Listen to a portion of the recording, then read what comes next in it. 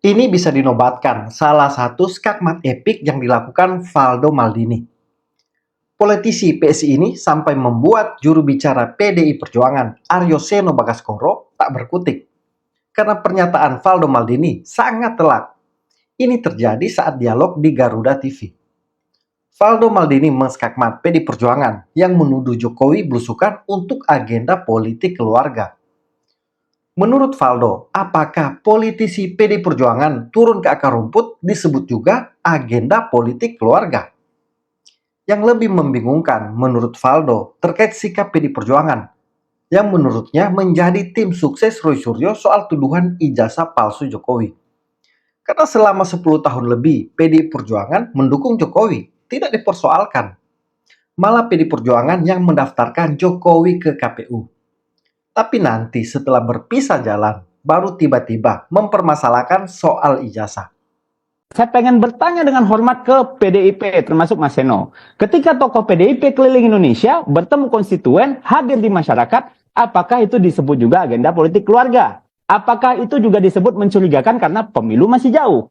Apakah ini standar hanya berlaku pada Pak Jokowi? Karena ini akan membuat yang membingungkan itu bukan Pak Jokowi, tapi juga sikap PDIP. Ketika Mas Seno bilang PDIP bingung dengan Pak Jokowi, bolehlah saya sampaikan. Justru saya yang bingung sama Pak PDIP.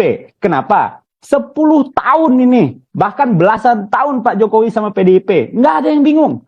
Berpisah secara politik, tiba-tiba semua jadi mencurigakan. Jadi kebingungan ini bukan tentang Pak Jokowi, tentang PDIP yang mungkin belum selesai dengan perpisahan politiknya. Betul, masyarakat menghadapi tantangan hari ini. Kita semua sama pokoknya. Mereka tuh nggak butuh analisis tentang motif Pak Jokowi turun gunung, saya kira. Butuh pemimpin yang hadir, mendengar, nggak perlu menunggu momentum elektoral untuk politik. Nah, terkait soal ijazah yang disampaikan oleh Pak Jarod, sedikit ya Mas Reinhardt, saya harus sampaikan, mumpung ada Pak Roy Suryo juga di sini. Karena apa? Karena ini kan sebenarnya kalau urusan pendaftaran calon ke KPU, itu yang daftarin itu partai, Mas. Bukan Pak Jokowi. Dan Pak Jokowi melamar ke PDI, pasti udah ditanya, Pak Jokowi siap berapa? Dulu kuliah di mana? Boleh dong diliatin ijazahnya, gitu loh. Nah, harusnya menurut saya, yang membela Pak Jokowi adalah PDIP. Nah, saya agak bingung kenapa PDIP jadi tim suksesnya Pak Roy Suryo. Pak Roy Suryo udah 1 tahun ini kampanye ijazah palsu ini, semua lembaga menyatakan Pak Roy Suryo ini nggak ada yang cocok gitu. UGM sudah, polisi sudah, dan sebagainya. Ya, jadi, Mas Reinhardt dan semua masyarakat Indonesia, saya percaya bahwa apapun yang dilakukan, bolehlah. Saya percaya PDIP itu partai yang matang, partai yang pernah menang pemilu, dihujat berkali-kali, dihajar berkali-kali, bangkit berkali-kali. Saya percaya PDIP akan menunjukkan sikap yang kesatria. Itu aja Mas Seno. PDI Perjuangan memang seperti serampangan menyerang Jokowi. Tidak peduli isunya apa, yang penting menyerang Jokowi. Padahal soal ijazah ini, PDI Perjuangan yang paling bertanggung jawab. Karena PDI Perjuangan yang mendaftarkan Jokowi sejak di Pilwako Solo. Jadi sebenarnya PDI Perjuangan tahu soal status keaslian ijazah Jokowi. Tapi PDI Perjuangan sengaja ikut bersama Roy Suryo untuk memframing seolah-olah ijazah Jokowi benar palsu. PDI Perjuangan seperti pura-pura amnesia setelah 10 tahun menikmati kekuasaan karena Jokowi menjadi presiden. Pernyataan elit PDI Perjuangan seperti Jarod Saiful Hidayat, Guntur Romli, Andreas Hugo Pereira, dan Ferdinand Hutahian menurut saya juga menguatkan pernyataan politisi PDI Perjuangan yang lain yang terang-terangan mendukung Roy Suryo, yaitu Betor Suryadi. Bahkan Betor yang menarasikan ijazah Jokowi dipalsukan di Pasar Pramuka. Anda mengklaim bahwa ijazah Jokowi ini dicetak secara terburu-buru di Pasar Pramuka jelang pencalonannya Gubernur DKI Jakarta. Kata siapa, Pak? Gini, karena saya satu di antara yang ikut ke Jogja dan ke Solo, saya melihat langsung ya bahwa UGM dan Jokowi tidak memberikan jawaban yang memuaskan. Kalau UGM tidak mengakui, berarti ini ada tempat lain di mana barang ini diterbitkan. Maka saya langsung melacak. Maksudnya Pak, UGM tidak mengaku menerbitkan ijazah ini? Ya, karena artinya gini, UGM belum menjawab secara pas gitu ya dengan tuntutannya Roy Suryo dan kawan-kawan ya, masih menghindar terus ya. Informasi cetak di Pramuka, Bapak jadi pernah Bapak datang ke Pramuka atau Bapak melihat tanda buktinya atau Bapak menghubungi orang yang mencetak ijazah itu gitu? Ada pertemuan yang membahas kekurangan dokumen Jokowi untuk dibawa ke KPU. Oke. Sehingga dicarilah jalannya, ketemulah zaman Dhani Iskandar dan kawan-kawan itu. Maka disitulah dirancang, didesain bagaimana semua ijazah itu dibuat. Buktinya, Rektor UGM sudah berkali-kali buka suara dan menegaskan bahwa Jokowi benar alumni UGM. Ijazah Jokowi juga dipastikan ada dan sah, dan UGM punya dokumen otentik proses perkuliahan Jokowi hingga wisuda. UGM sudah menyatakan beberapa kali secara tegas bahwa Joko Widodo adalah alumni Universitas Gadjah Mada. Saya, Ova Emilia, Rektor Universitas Gadjah Mada. Berikut adalah pernyataan resmi UGM terkait ijazah Bapak Joko Widodo. 1. UGM mengikuti dengan baik perkembangan di masyarakat terkait adanya pihak yang mempertanyakan keaslian ijazah seorang alumni UGM yang bernama Joko Widodo. 2. Secara umum, UGM menghormati hak warga negara untuk mempertanyakan isu apapun dan untuk mencari jawaban atas pertanyaan tersebut. 3. UGM sudah menyatakan beberapa kali secara tegas bahwa Joko Widodo adalah alumni Universitas Gadjah Mada. 4. UGM memiliki dokumen otentik terkait keseluruhan proses pendidikan Joko Widodo di UGM. Dokumen ini meliputi tahap penerimaan yang bersangkutan di UGM, proses kuliah selama menempuh sarjana muda, pendidikan sarjana, KKN, hingga wisuda. Informasi yang lebih rinci telah dirilis dalam bentuk podcast di sini. 5. Joko Widodo dinyatakan lulus dari UGM pada tanggal 5 November 1985. Jadi jelas, pernyataan Betor Suryadi itu imajinasi semata. Karena UGM hingga penyidik Polri sudah memastikan ijazah Jokowi asli. Dan hingga sekarang tidak terbukti kalau ijazah Jokowi dipalsukan di pasar Pramuka. Tapi heran karena politisi-politisi PD Perjuangan ikut bermain di isu ijazah palsu ini. Dan seperti memberikan dukungan moral ke Roy Suryo. Apalagi ada narasi seperti dari Jarod yang meminta agar kasus ijazah ini tidak ke pengadilan. Ini kan lucu dan aneh. Kok PD Perjuangan tidak mendukung kasus ijazah ini tuntas? Padahal di pengadilanlah semua akan terang benerang. Elit PD Perjuangan seperti ikut mendukung Roy Suryo agar lolos dari jeratan hukum. Ini ada apa? Tolong teman-teman bantu jawab di kolom komentar. Fritz Alorboy juga memberikan pernyataan menohok. Karena sebagai mantan kader PD Perjuangan, Jokowi pasti sudah membuka semua ijazahnya ke partai. Karena partai yang lebih dulu memverifikasi ijazah kadernya yang ingin ikut kontestasi. Tapi sekarang PD Perjuangan datang seperti orang luar yang koar-koar ikut mempertanyakan ijazah Jokowi. Menyinggung kembali nih soal ijazah Pak Jokowi yang katanya sambil ditunjukkan dong. Gimana tuh, Bang? Bang Frits ini menanggapi hal itu.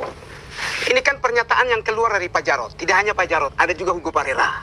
Dari kader PDIP yang juga anggota DPR dari NTT 1. Jadi pernyataan mereka bilang tunjukin ijazah. Saya bertanya balik.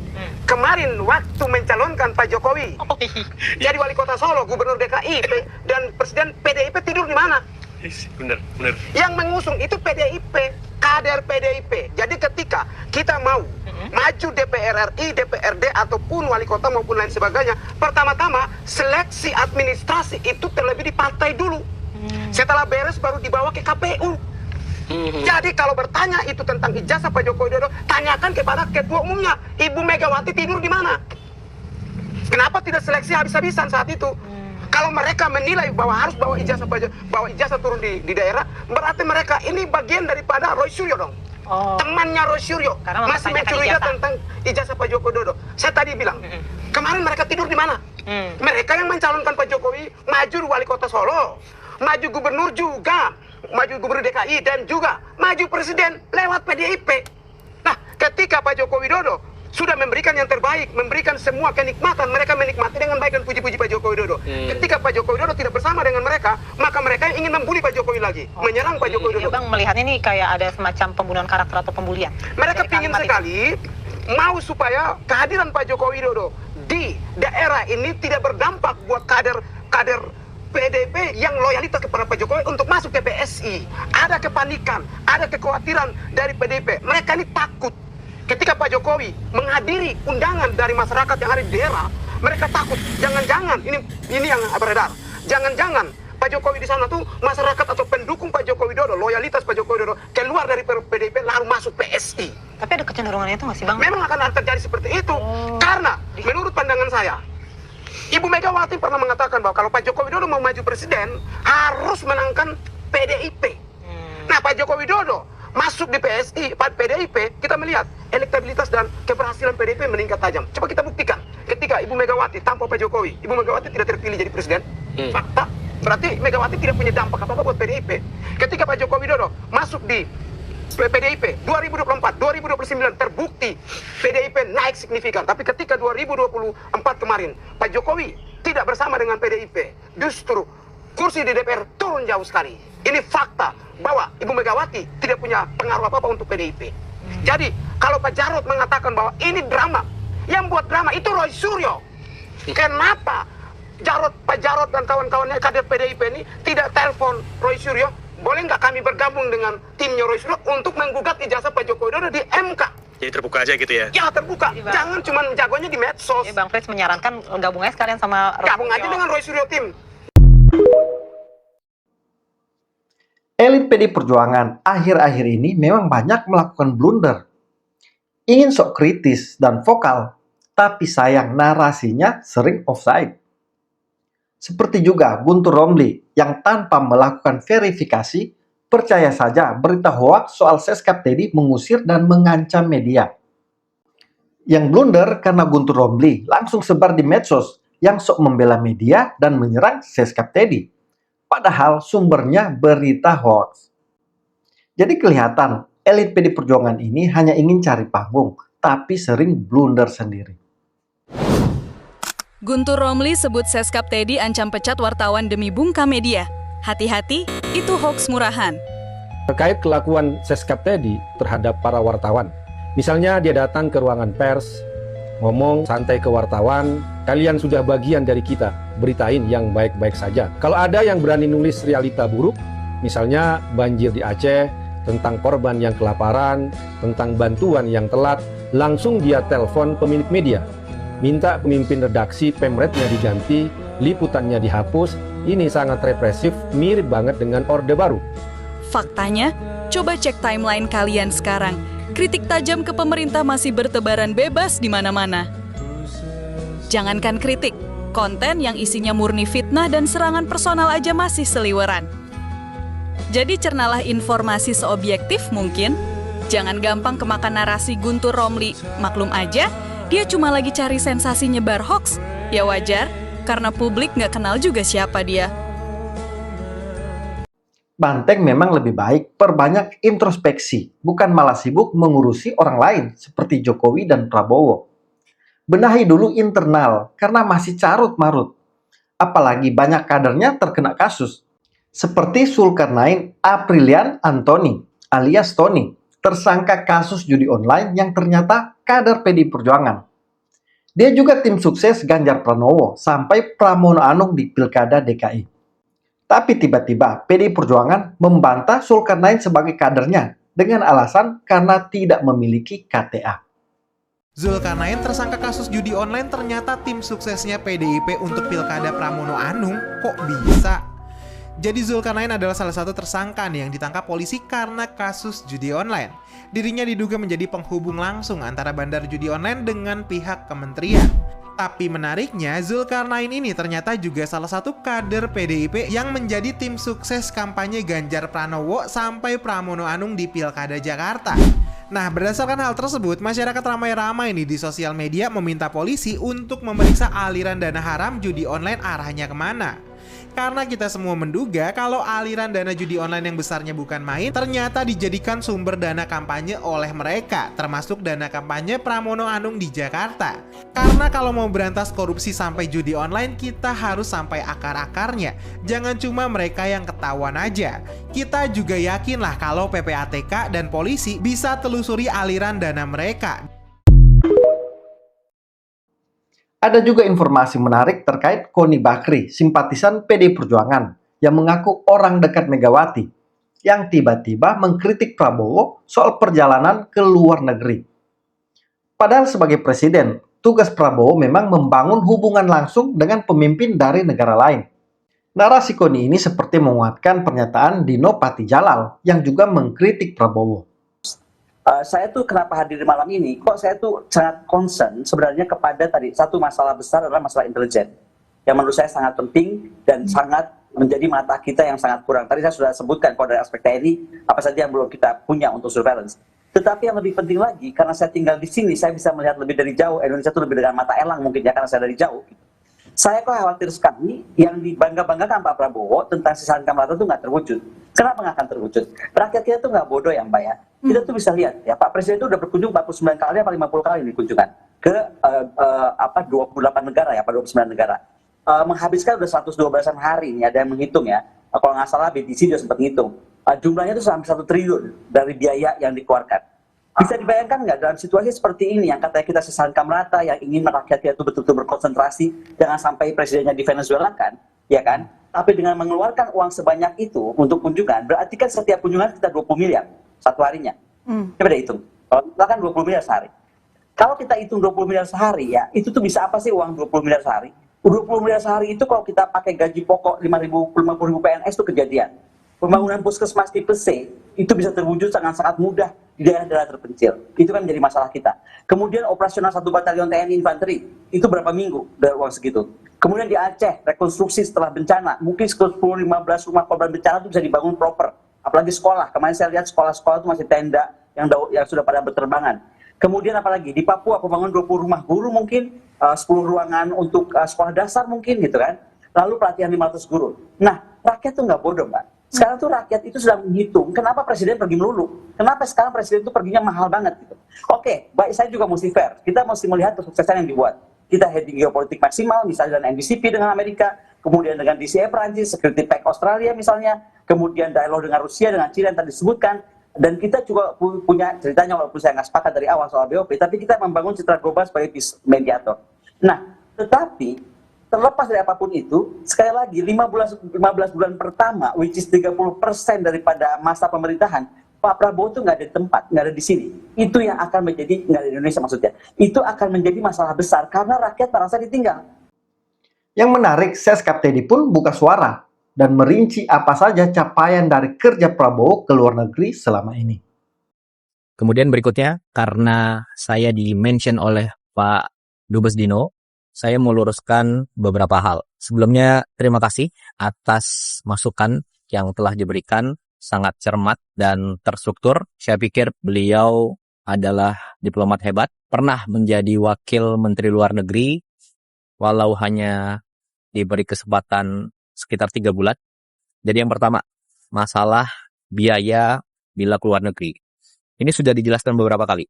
Jadi segala kelebihan biaya yang telah dianggarkan oleh negara itu sepenuhnya ditanggung oleh pribadi Presiden Prabowo. Kemudian yang kedua, jumlah rombongan. Ini sangat penting. Jumlah rombongan Presiden Prabowo itu sudah berkurang besar-besaran, lebih dari separuh dari periode sebelumnya.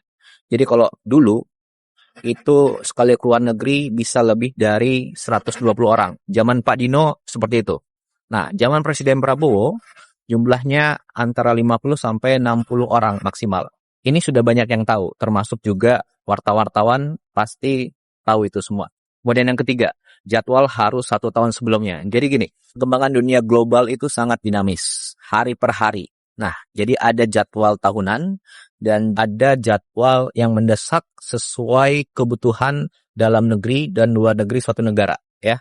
Kemudian yang keempat, masalah protokoler dan frekuensi keluar negeri dalam 1,5 tahun terakhir. Jadi Presiden Prabowo itu adalah presiden baru yang mulai menjabat saat dunia sedang krisis. Sebelumnya ada konflik di Ukraina, ada di Venezuela, kemudian sekarang ada di Iran dan Timur Tengah, itu terlibat Saudi, Qatar, Bahrain, UAE, dan lain sebagainya. Ya. Jadi setiap pemimpin tentunya harus bangun hubungan yang dekat antar pemimpin dunia. Dan kita tidak bisa hanya mengandalkan saat krisis baru kita minta bantuan. Tidak, kita harus panen hubungan yang baik. Lalu bila suatu saat ada kondisi mendesak, kita bisa minta bantuan. Dan begitu pula sebaliknya. Oke? Untuk itu perlu kedekatan pribadi, kedekatan emosional antar pemimpin, baik secara langsung, diliput media, ataupun tertutup. Nah, itulah diplomasi. Jadi salah besar kalau dibilang hanya gagah-gagahan, seremonial. Jadi kita harus lihat apa yang sudah dicapai dalam 1,5 tahun terakhir ini. Yang pertama, Indonesia masuk BRICS. Manfaatnya apa? Ya sekarang ini, di tengah konflik krisis dunia, situasi negara terjamin. Stok BBM aman. Harga BBM subsidi tidak naik. Stok pangan aman. Kemudian yang kedua, tarif 0% di Uni Eropa. Ada 25 negara di situ. Dan ini perjanjian yang sudah diurus belasan tahun yang lalu. Tapi kapan tercapai? Ya zaman Presiden Prabowo, tepatnya tahun 2025 lalu. Kemudian yang ketiga, total investasi yang masuk dalam 1,5 tahun ini adalah sekitar 2.430 triliun. Itu data dari BKPM. Kemudian contoh konkret lagi nih. Bulan lalu, Presiden Prabowo ke Jepang dan Korea, kembali langsung ada investasi sekitar 575 triliun. Kemudian yang keempat, sekarang kita punya alat pertahanan yang kuat sekarang. Ya, dan itu dari banyak sekali negara. Prancis, Amerika, Rusia, Cina, Inggris, Eropa, banyak negara. Kemudian yang kelima, program ibadah haji tahun 2025 lalu dan khususnya tahun ini itu lancar. Nyaris tidak ada kendala-kendala yang signifikan. Indonesia adalah negara satu-satunya yang punya perkampungan haji di Arab Saudi. Dan Saudi sendiri mengubah undang-undangnya agar suatu negara mempunyai lahan di situ untuk digunakan oleh jamaah haji. Kemudian yang keenam, Presiden Prabowo betul-betul berperan aktif di Palestina. Apa buktinya? Satu, kita ada drop-off logistik dari udara. Sudah beberapa kali. Tidak semua negara bisa. Kenapa? Itu harus ada diplomasi dengan negara-negara yang wilayah udaranya dilewati oleh pesawat. Kemudian yang kedua, kita kirim kapal rumah sakit ke Palestina. Kemudian yang ketiga, kita menyekolahkan anak-anak Palestina di universitas di Indonesia. Sekarang mungkin sudah sampai 100 orang yang sudah sekolah di sini. Dan lain sebagainya. Kemudian yang ketujuh, baru minggu lalu ada WNI yang diamankan pihak Israel di Laut Bebas. Dan lewat diplomasi dari Menteri Luar Negeri dan teman-teman Kemlu, selang beberapa hari kembalikan ke Indonesia. Jadi ini lewat diplomasi yang baik diberitakan maupun yang tertutup, gitu ya. Dan ingat, yang tadi saya sampaikan adalah hasil konkret nyata 1,5 tahun terakhir. Dan semua itu adalah diplomasi yang dilakukan oleh Presiden Prabowo lewat berbagai macam cara, baik yang dipublikasikan maupun tidak dipublikasikan, karena yang terpenting bagi kami adalah hasil konkretnya. Itu yang kita utamakan. Kemudian terakhir, masalah pertemuan dengan kepala negara lain di event-event tertentu. Jadi gini, pertemuan dengan kepala negara lain di suatu event itu yang menentukan adalah Bapak Presiden dan juga saran dari Menteri Luar Negeri. Dan beliau-beliaulah yang mengetahui mana yang prioritas, mana pertemuan yang harus diutamakan, mana pertemuan yang bisa langsung ataupun cukup menggunakan telepon, mana pertemuan yang perlu diberitakan, mana yang tidak diberitakan. Dan saya rasa semua diplomat hebat tahu itu. Jadi kurang elok rasanya kalau itu masih dipermasalahkan, ya. Jadi ruang untuk setiap masukan tentu kita terima, tapi jangan sampai kita mengaburkan fakta tentang semua hasil yang telah kita capai. Saya rasa itu. Jadi menurut saya, serangan elit PD Perjuangan termasuk sejumlah tokoh yang terafiliasi dengan PD Perjuangan kepada Jokowi dan Prabowo hanya merupakan ekspresi politik kebencian yang mereka anut. Karena mereka masih sangat kecewa akibat kalah Pilpres waktu lalu. Di satu sisi mereka punya ambisi agar Prabowo Gibran kalah di Pilpres 2029 nanti. Sehingga serangan demi serangan terus mereka bangun dengan tujuan agar nama Prabowo Gibran tergerus. Tapi sayang, banyak yang jadi blunder. Karena publik sudah makin cerdas.